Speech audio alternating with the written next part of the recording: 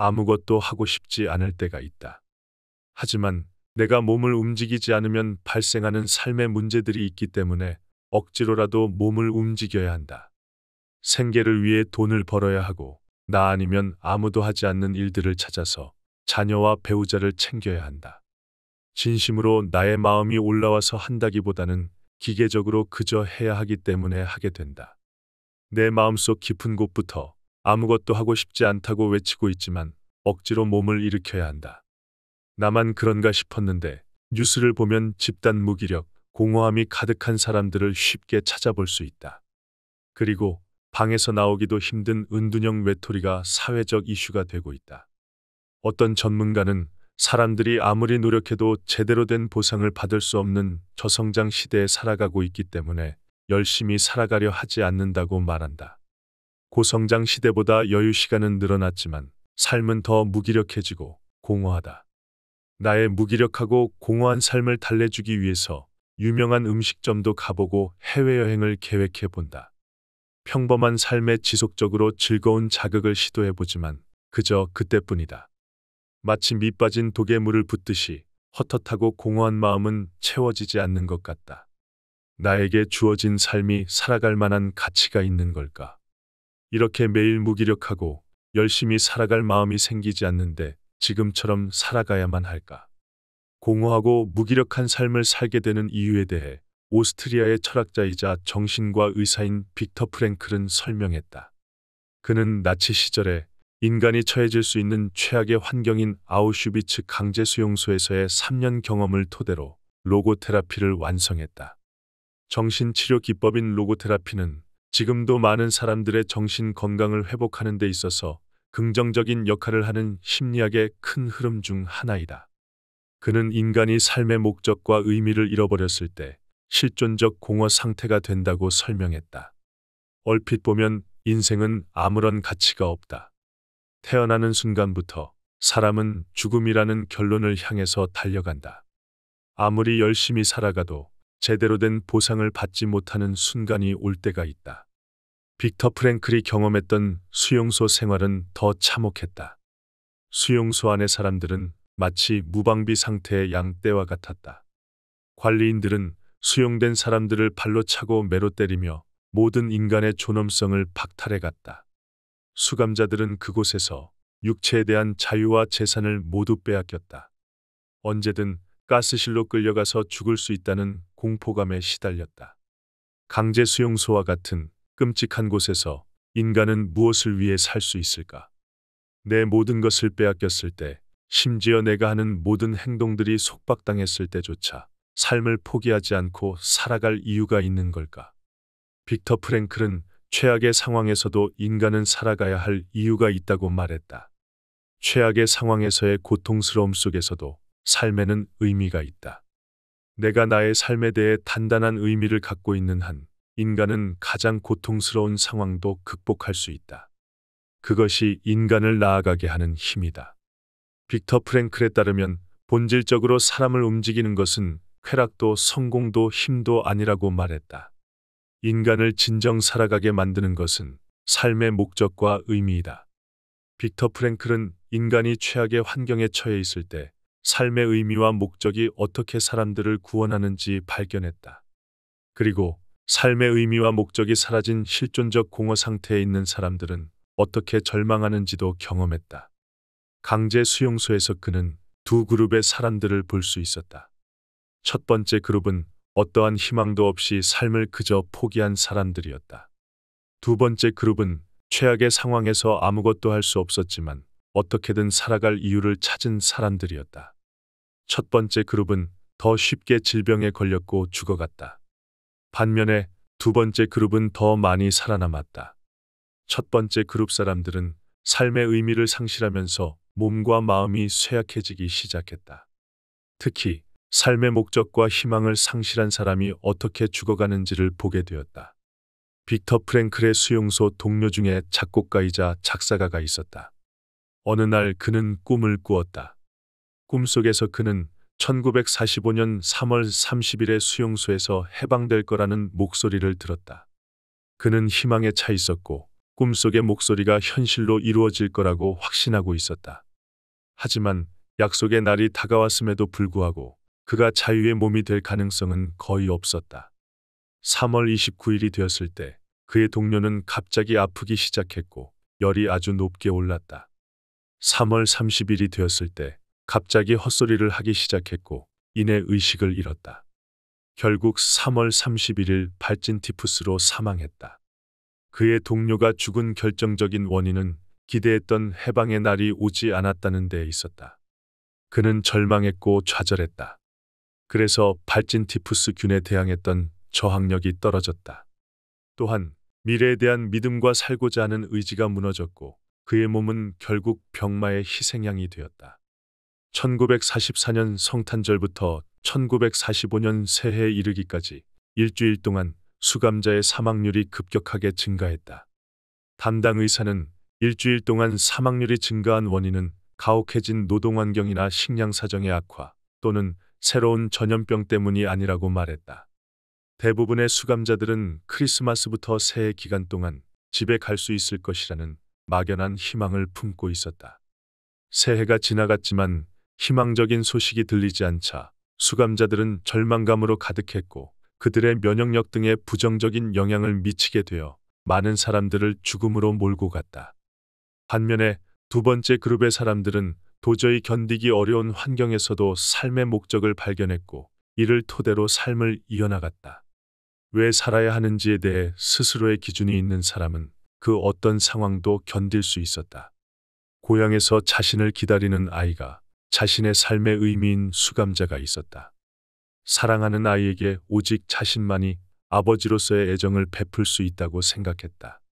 어떤 과학자는 과학에 대한 책을 집필하다가 수용소에 끌려오게 되었다. 그에게 있어서 삶의 목적은 과학책을 완성시키는 것이었다. 빅터 프랭클도 삶에서 자신만의 의미를 발견했었다. 수용소에 입소했을 때 그에게는 로고테라피에 대한 원고가 있었고 어떻게든 잘 보관하고 싶었다. 하지만 감독관은 원고를 불태워버렸다. 그때 프랭클은 인생이 무너지고 삶의 의미가 상실되는 느낌을 받았다. 하지만 그는 처음부터 다시 작성하기로 결심했다. 특히 그가 의미치료에 대한 원고를 다시 작성해야겠다고 굳게 마음먹었던 시점은 그가 최악의 상황에 처해 있을 때였다. 수용소 안에서 갑작스럽게 발진 티푸스가 퍼졌고 그도 감염되어 고열 때문에 거의 죽기 직전에 이르렀다. 그때 그는 죽음의 문턱에서 인류에게 도움이 될 것이라고 확실시되는 의미치료에 대한 내용을 세상에 알리고 싶다는 사명감으로 가득했다. 고열과 피로로 숨도 쉬기 힘들었을 때도 그는 한밤중에 담당 의사가 있는 막사로 몰래갔다. 잘못하면 경비병으로부터 기관총을 맞을 수도 있는 위험한 상황이었지만 살기 위한 몸부림이었다. 그렇게 찾아온 위기들을 강한 의지로 무사히 넘기고 결국 최악의 환경에서 살아 돌아왔다. 빅터 프랭클을 생존하게 만든 원동력은 의미치료가 인류에게 꼭 필요하다는 강한 동기였다. 자신의 죽음으로 의미치료 이론이 사라져버린다면 누군가의 삶을 회복시킬 수 있는 미래까지 빼앗긴다고 생각했다. 그것이 그의 삶의 의미 그 자체였다. 그렇게 그는 생존했다. 흔히 인간은 환경의 노예라고 생각할 수 있다. 최악의 환경에 놓이면 삶의 선택지는 매우 제한된다. 하지만 빅터 프랭클은 죽음의 수용소라는 최악의 환경에서조차 인간은 자기 행동의 선택권을 가질 수 있다는 것을 발견했다. 정신적, 육체적 스트레스를 받는 가혹한 상황에서 많은 사람들은 잔인하고 냉정하며 무감각한 인간으로 변해갔다. 하지만 모든 사람이 그렇게 변한 것은 아니었다. 최악의 상황에서도 누군가는 다른 사람을 위로했고 마지막 남은 빵을 나누어 주었다. 어려운 상황 속에서도 인간애가 가득한 모습들을 보면서 빅터 프랭클은 인간에게 모든 행동의 제약을 빼앗아 갈 수는 있지만 마지막 남은 자유가 있다는 것을 발견했다. 바로 주어진 환경에서 자신의 태도를 결정하고 삶의 의미를 선택할 수 있는 자유였다. 모든 것이 제한된 수용소에서조차 매일 매시간 결정을 내리고 선택할 수 있는 시간들이 있었다. 수면과 식량이 부족하고 인간의 존엄성을 잃을 수 있는 환경에 처했음에도 불구하고 수감자가 어떤 종류의 사람이 될지는 개인의 내면적인 선택의 결과가 된다. 수용소에서는 다른 수감자들을 괴롭히는 감시자가 될 수도 있었고, 정신적으로 성숙해지는 사람이 될 수도 있었다. 희망으로 가득하고 소소한 즐거움을 느낄 수도 있었고, 절망만으로 가득해서 무기력한 사람이 될 수도 있었다.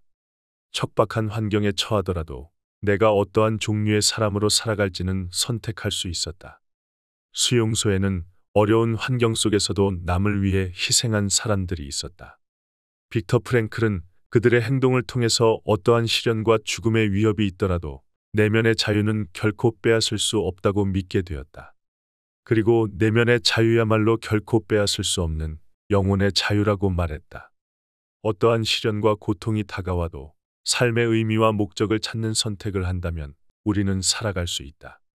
빅터 프랭클은 삶의 의미를 찾고 실존적 공허를 극복할 수 있도록 도와주는 의미 치료인 로고테라피를 창시했다. 로고테라피에서는 실존적 공허의 회복을 위해서 필요한 세 가지 가치를 소개했다. 창조가치, 체험가치, 그리고 태도가치이다. 이 세 가지 가치 실현을 통해서 삶의 의미를 만들어 나갈 수 있다. 첫 번째로, 창조적인 일을 통해서 회복할 수 있다. 예술과 문학 활동 또는 무언가를 만들고 글을 쓰는 등의 활동에 몰두하면서 삶의 에너지를 충족시킬 수 있다. 창조적 결과물이 얼마나 대단한지는 중요하지 않다. 내가 얼마나 정성을 기울이고 의미 있다고 생각하는지가 더 중요하다. 누군가는 수천억 원의 돈을 버는 일을 하면서 아무 의미 없다고 생각할 수 있고, 다른 누군가는 소소하게 집안을 인테리어하는 일에 더 큰 의미를 부여할 수 있다. 내가 하는 일이 영향력의 크기와 관계없이 누군가에게 도움이 되고 내가 가치 있다고 생각한다면 그것으로 충분하다.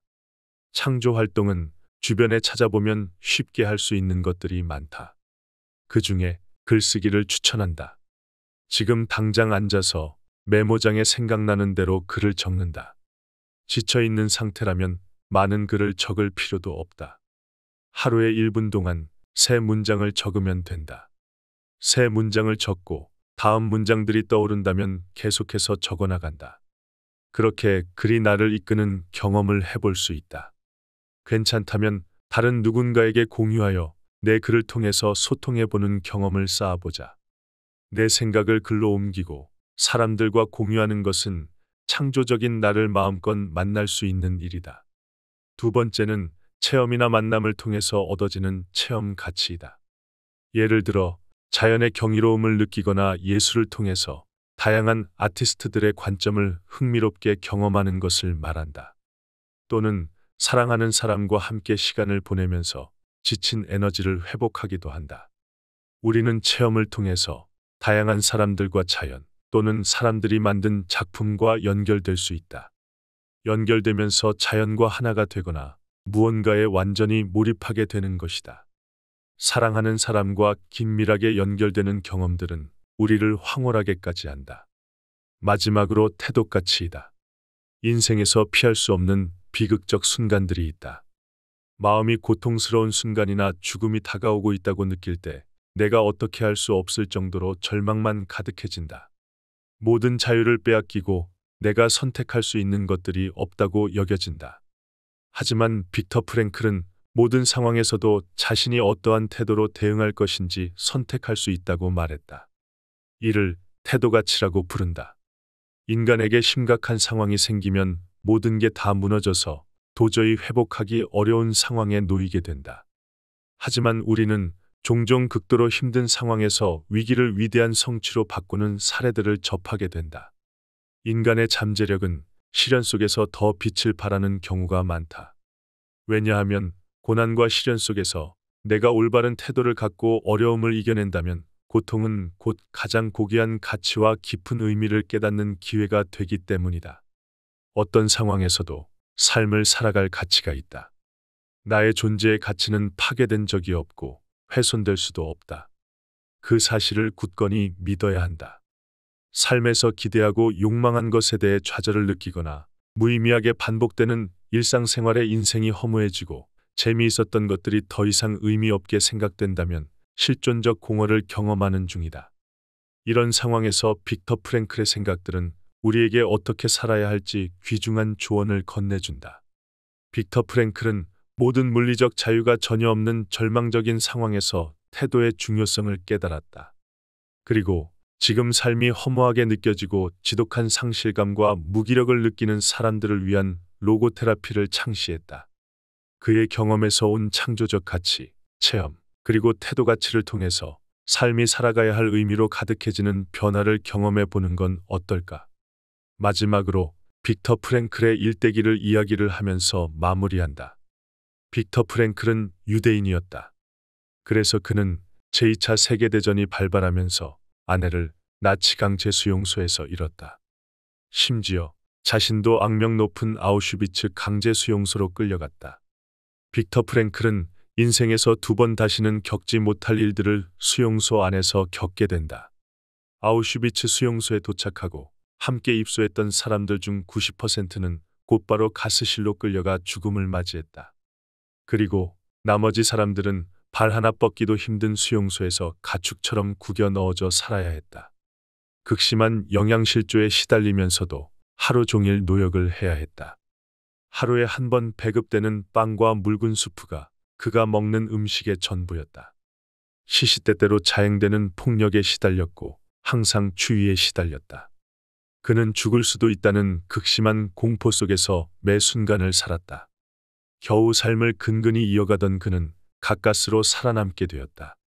최악의 상황에서도 희망을 잃지 않고 삶의 의지를 되새기다가 마침내 자유를 얻은 것이다. 모든 시련을 겪고 난 후에 이제는 이 세상에서 아무것도 두려워할 필요가 없다고 느끼는 경이로운 경험을 갖게 되었다. 무엇보다 놀라운 것은 죽음의 수용소에서 인간들의 최악의 행동들을 보고 경험했지만 인간에 대해 따스한 마음과 희망적인 시각을 유지했다. 온갖 비극적인 상황에서도 낙관적으로 대처하고 스스로가 희망을 찾아냈다. 빅터 프랭클은 말했다. 어떤 절망에도 희망이 있다고 생각한다. 상상을 초월하는 최악의 상황에서조차 인간은 믿을 수 없을 정도로 용감하게 맞서 싸울 수 있다는 사실을 발견했다. 인간에게서 모든 것을 빼앗아갈 수는 있다. 하지만 주어진 환경에서 자신의 태도를 결정하고 마음가짐을 선택할 수 있는 자유는 절대 빼앗아갈 수 없다. 인간은 강제 수용소에서 성자처럼 행동할 수 있고 돼지처럼 행동할 수도 있다. 빅터 프랭클은 자신의 경험을 이성적으로 분석하고 이를 바탕으로 정신치료법 이론인 로고테라피를 창시했다. 잔인하고 끔찍했던 수용소에서의 경험이 빅터 프랭클에게는 위대한 결과물을 만들어준 밑거름이 된 것이다. 절망과 좌절 속에서 만들어진 로고테라피는 지금도 수많은 사람들의 인생을 구원하고 있다. 아무것도 하고 싶지 않을 때가 있다. 하지만 내가 몸을 움직이지 않으면 발생하는 삶의 문제들이 있기 때문에 억지로라도 몸을 움직여야 한다. 생계를 위해 돈을 벌어야 하고 나 아니면 아무도 하지 않는 일들을 찾아서 자녀와 배우자를 챙겨야 한다. 진심으로 나의 마음이 올라와서 한다기보다는 기계적으로 그저 해야 하기 때문에 하게 된다. 내 마음속 깊은 곳부터 아무것도 하고 싶지 않다고 외치고 있지만 억지로 몸을 일으켜야 한다.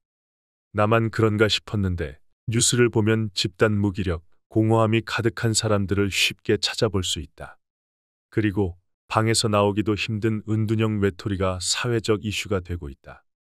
어떤 전문가는 사람들이 아무리 노력해도 제대로 된 보상을 받을 수 없는 저성장 시대에 살아가고 있기 때문에 열심히 살아가려 하지 않는다고 말한다. 고성장 시대보다 여유 시간은 늘어났지만 삶은 더 무기력해지고 공허하다. 나의 무기력하고 공허한 삶을 달래주기 위해서 유명한 음식점도 가보고 해외여행을 계획해 본다. 평범한 삶에 지속적으로 즐거운 자극을 시도해보지만 그저 그때뿐이다. 마치 밑 빠진 독에 물을 붓듯이 헛헛하고 공허한 마음은 채워지지 않는 것 같다. 나에게 주어진 삶이 살아갈 만한 가치가 있는 걸까? 이렇게 매일 무기력하고 열심히 살아갈 마음이 생기지 않는데 지금처럼 살아가야만 할까? 공허하고 무기력한 삶을 살게 되는 이유에 대해 오스트리아의 철학자이자 정신과 의사인 빅터 프랭클은 설명했다. 그는 나치 시절에 인간이 처해질 수 있는 최악의 환경인 아우슈비츠 강제 수용소에서의 3년 경험을 토대로 로고테라피를 완성했다. 정신치료 기법인 로고테라피는 지금도 많은 사람들의 정신 건강을 회복하는 데 있어서 긍정적인 역할을 하는 심리학의 큰 흐름 중 하나이다. 그는 인간이 삶의 목적과 의미를 잃어버렸을 때 실존적 공허 상태가 된다고 설명했다. 얼핏 보면 인생은 아무런 가치가 없다. 태어나는 순간부터 사람은 죽음이라는 결론을 향해서 달려간다. 아무리 열심히 살아가도 제대로 된 보상을 받지 못하는 순간이 올 때가 있다. 빅터 프랭클이 경험했던 수용소 생활은 더 참혹했다. 수용소 안의 사람들은 마치 무방비 상태의 양떼와 같았다. 관리인들은 수용된 사람들을 발로 차고 매로 때리며 모든 인간의 존엄성을 박탈해 갔다. 수감자들은 그곳에서 육체에 대한 자유와 재산을 모두 빼앗겼다. 언제든 가스실로 끌려가서 죽을 수 있다는 공포감에 시달렸다. 강제 수용소와 같은 끔찍한 곳에서 인간은 무엇을 위해 살 수 있을까? 내 모든 것을 빼앗겼을 때, 심지어 내가 하는 모든 행동들이 속박당했을 때조차 삶을 포기하지 않고 살아갈 이유가 있는 걸까? 빅터 프랭클은 최악의 상황에서도 인간은 살아가야 할 이유가 있다고 말했다. 최악의 상황에서의 고통스러움 속에서도 삶에는 의미가 있다. 내가 나의 삶에 대해 단단한 의미를 갖고 있는 한 인간은 가장 고통스러운 상황도 극복할 수 있다. 그것이 인간을 나아가게 하는 힘이다. 빅터 프랭클에 따르면 본질적으로 사람을 움직이는 것은 쾌락도 성공도 힘도 아니라고 말했다. 인간을 진정 살아가게 만드는 것은 삶의 목적과 의미이다. 빅터 프랭클은 인간이 최악의 환경에 처해 있을 때 삶의 의미와 목적이 어떻게 사람들을 구원하는지 발견했다. 그리고 삶의 의미와 목적이 사라진 실존적 공허 상태에 있는 사람들은 어떻게 절망하는지도 경험했다. 강제 수용소에서 그는 두 그룹의 사람들을 볼 수 있었다. 첫 번째 그룹은 어떠한 희망도 없이 삶을 그저 포기한 사람들이었다. 두 번째 그룹은 최악의 상황에서 아무것도 할 수 없었지만 어떻게든 살아갈 이유를 찾은 사람들이었다. 첫 번째 그룹은 더 쉽게 질병에 걸렸고 죽어갔다. 반면에 두 번째 그룹은 더 많이 살아남았다. 첫 번째 그룹 사람들은 삶의 의미를 상실하면서 몸과 마음이 쇠약해지기 시작했다. 특히 삶의 목적과 희망을 상실한 사람이 어떻게 죽어가는지를 보게 되었다. 빅터 프랭클의 수용소 동료 중에 작곡가이자 작사가가 있었다. 어느 날 그는 꿈을 꾸었다. 꿈속에서 그는 1945년 3월 30일에 수용소에서 해방될 거라는 목소리를 들었다. 그는 희망에 차 있었고 꿈속의 목소리가 현실로 이루어질 거라고 확신하고 있었다. 하지만 약속의 날이 다가왔음에도 불구하고 그가 자유의 몸이 될 가능성은 거의 없었다. 3월 29일이 되었을 때 그의 동료는 갑자기 아프기 시작했고 열이 아주 높게 올랐다. 3월 30일이 되었을 때 갑자기 헛소리를 하기 시작했고 이내 의식을 잃었다. 결국 3월 31일 발진 티푸스로 사망했다. 그의 동료가 죽은 결정적인 원인은 기대했던 해방의 날이 오지 않았다는 데 있었다. 그는 절망했고 좌절했다. 그래서 발진 티푸스균에 대항했던 저항력이 떨어졌다. 또한 미래에 대한 믿음과 살고자 하는 의지가 무너졌고 그의 몸은 결국 병마의 희생양이 되었다. 1944년 성탄절부터 1945년 새해에 이르기까지 일주일 동안 수감자의 사망률이 급격하게 증가했다. 담당 의사는 일주일 동안 사망률이 증가한 원인은 가혹해진 노동환경이나 식량 사정의 악화 또는 새로운 전염병 때문이 아니라고 말했다. 대부분의 수감자들은 크리스마스부터 새해 기간 동안 집에 갈 수 있을 것이라는 막연한 희망을 품고 있었다. 새해가 지나갔지만 희망적인 소식이 들리지 않자 수감자들은 절망감으로 가득했고 그들의 면역력 등에 부정적인 영향을 미치게 되어 많은 사람들을 죽음으로 몰고 갔다. 반면에 두 번째 그룹의 사람들은 도저히 견디기 어려운 환경에서도 삶의 목적을 발견했고 이를 토대로 삶을 이어나갔다. 왜 살아야 하는지에 대해 스스로의 기준이 있는 사람은 그 어떤 상황도 견딜 수 있었다. 고향에서 자신을 기다리는 아이가, 자신의 삶의 의미인 수감자가 있었다. 사랑하는 아이에게 오직 자신만이 아버지로서의 애정을 베풀 수 있다고 생각했다. 어떤 과학자는 과학에 대한 책을 집필하다가 수용소에 끌려오게 되었다. 그에게 있어서 삶의 목적은 과학책을 완성시키는 것이었다. 빅터 프랭클도 삶에서 자신만의 의미를 발견했었다. 수용소에 입소했을 때 그에게는 로고테라피에 대한 원고가 있었고 어떻게든 잘 보관하고 싶었다. 하지만 감독관은 원고를 불태워 버렸다. 그때 프랭클은 인생이 무너지고 삶의 의미가 상실되는 느낌을 받았다. 하지만 그는 처음부터 다시 작성하기로 결심했다. 특히 그가 의미치료에 대한 원고를 다시 작성해야겠다고 굳게 마음먹었던 시점은 그가 최악의 상황에 처해 있을 때였다. 수용소 안에서 갑작스럽게 발진 티푸스가 퍼졌고 그도 감염되어 고열 때문에 거의 죽기 직전에 이르렀다. 그때 그는 죽음의 문턱에서 인류에게 도움이 될 것이라고 확실시되는 의미치료에 대한 내용을 세상에 알리고 싶다는 사명감으로 가득했다. 고열과 피로로 숨도 쉬기 힘들었을 때도 그는 한밤중에 담당 의사가 있는 막사로 몰래갔다. 잘못하면 경비병으로부터 기관총을 맞을 수도 있는 위험한 상황이었지만 살기 위한 몸부림이었다. 그렇게 찾아온 위기들을 강한 의지로 무사히 넘기고 결국 최악의 환경에서 살아 돌아왔다. 빅터 프랭클을 생존하게 만든 원동력은 의미치료가 인류에게 꼭 필요하다는 강한 동기였다. 자신의 죽음으로 의미치료 이론이 사라져버린다면 누군가의 삶을 회복시킬 수 있는 미래까지 빼앗긴다고 생각했다. 그것이 그의 삶의 의미 그 자체였다. 그렇게 그는 생존했다. 흔히 인간은 환경의 노예라고 생각할 수 있다. 최악의 환경에 놓이면 삶의 선택지는 매우 제한된다. 하지만 빅터 프랭클은 죽음의 수용소라는 최악의 환경에서조차 인간은 자기 행동의 선택권을 가질 수 있다는 것을 발견했다. 정신적, 육체적 스트레스를 받는 가혹한 상황에서 많은 사람들은 잔인하고 냉정하며 무감각한 인간으로 변해갔다. 하지만 모든 사람이 그렇게 변한 것은 아니었다. 최악의 상황에서도 누군가는 다른 사람을 위로했고 마지막 남은 빵을 나누어 주었다. 어려운 상황 속에서도 인간애가 가득한 모습들을 보면서 빅터 프랭클은 인간에게 모든 행동의 제약을 빼앗아 갈 수는 있지만 마지막 남은 자유가 있다는 것을 발견했다. 바로 주어진 환경에서 자신의 태도를 결정하고 삶의 의미를 선택할 수 있는 자유였다. 모든 것이 제한된 수용소에서조차 매일 매 시간 결정을 내리고 선택할 수 있는 시간들이 있었다.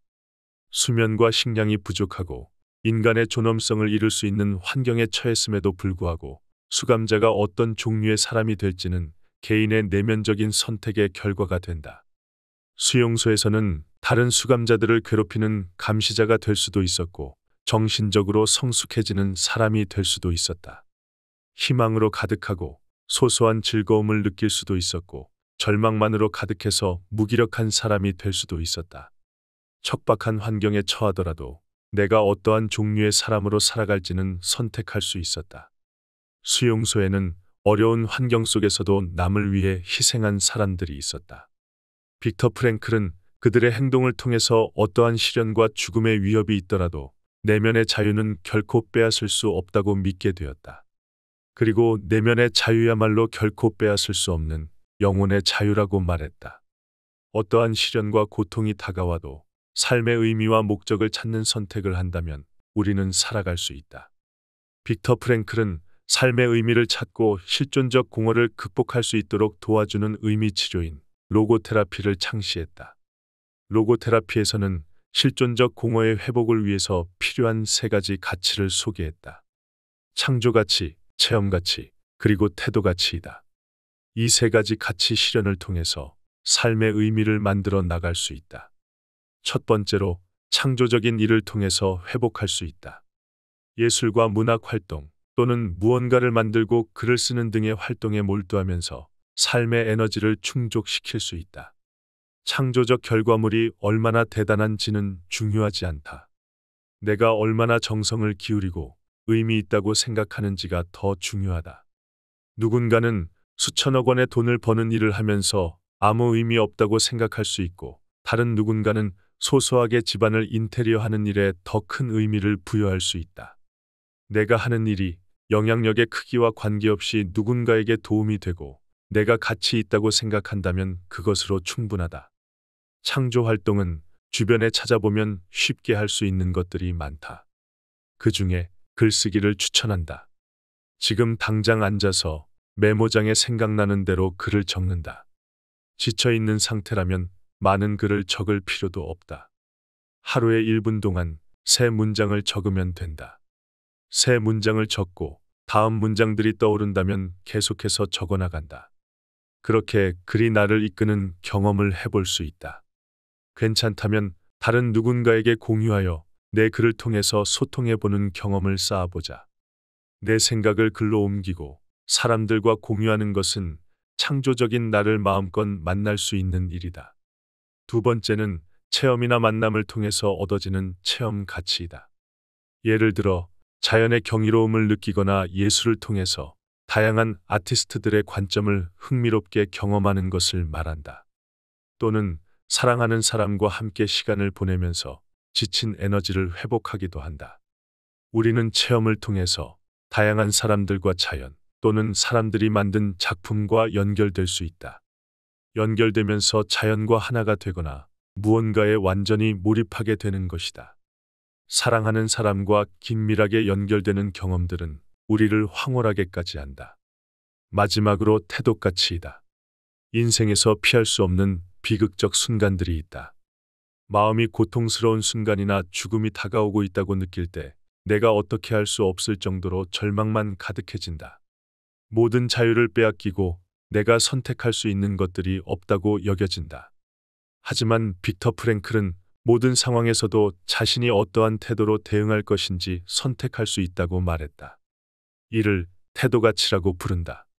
인간에게 심각한 상황이 생기면 모든 게 다 무너져서 도저히 회복하기 어려운 상황에 놓이게 된다. 하지만 우리는 종종 극도로 힘든 상황에서 위기를 위대한 성취로 바꾸는 사례들을 접하게 된다. 인간의 잠재력은 시련 속에서 더 빛을 발하는 경우가 많다. 왜냐하면 고난과 시련 속에서 내가 올바른 태도를 갖고 어려움을 이겨낸다면 고통은 곧 가장 고귀한 가치와 깊은 의미를 깨닫는 기회가 되기 때문이다. 어떤 상황에서도 삶을 살아갈 가치가 있다. 나의 존재의 가치는 파괴된 적이 없고 훼손될 수도 없다. 그 사실을 굳건히 믿어야 한다. 삶에서 기대하고 욕망한 것에 대해 좌절을 느끼거나 무의미하게 반복되는 일상생활의 인생이 허무해지고 재미있었던 것들이 더 이상 의미 없게 생각된다면 실존적 공허를 경험하는 중이다. 이런 상황에서 빅터 프랭클의 생각들은 우리에게 어떻게 살아야 할지 귀중한 조언을 건네준다. 빅터 프랭클은 모든 물리적 자유가 전혀 없는 절망적인 상황에서 태도의 중요성을 깨달았다. 그리고 지금 삶이 허무하게 느껴지고 지독한 상실감과 무기력을 느끼는 사람들을 위한 로고테라피를 창시했다.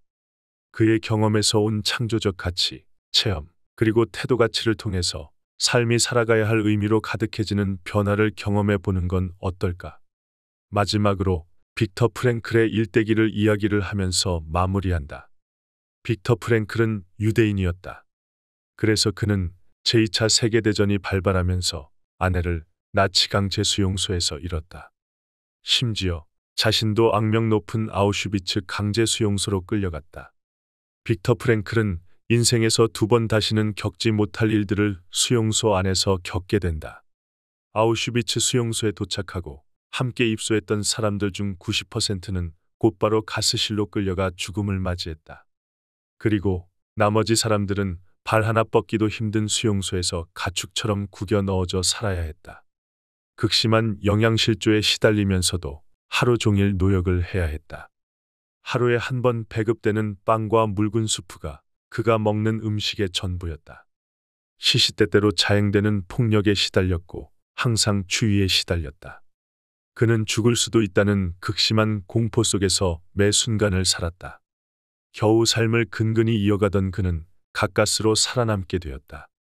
최악의 상황에서도 희망을 잃지 않고 삶의 의지를 되새기다가 마침내 자유를 얻은 것이다.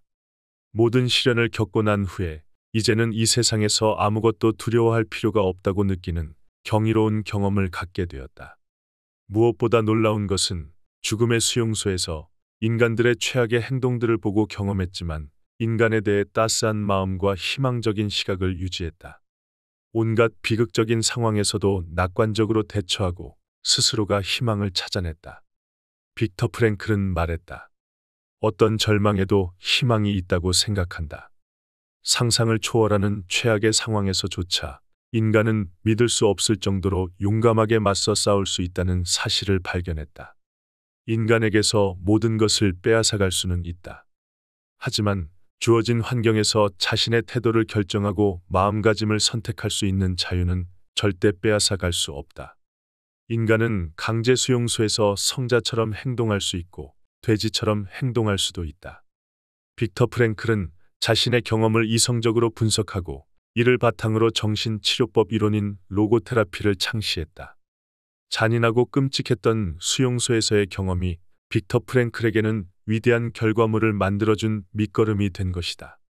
절망과 좌절 속에서 만들어진 로고테라피는 지금도 수많은 사람들의 인생을 구원하고 있다.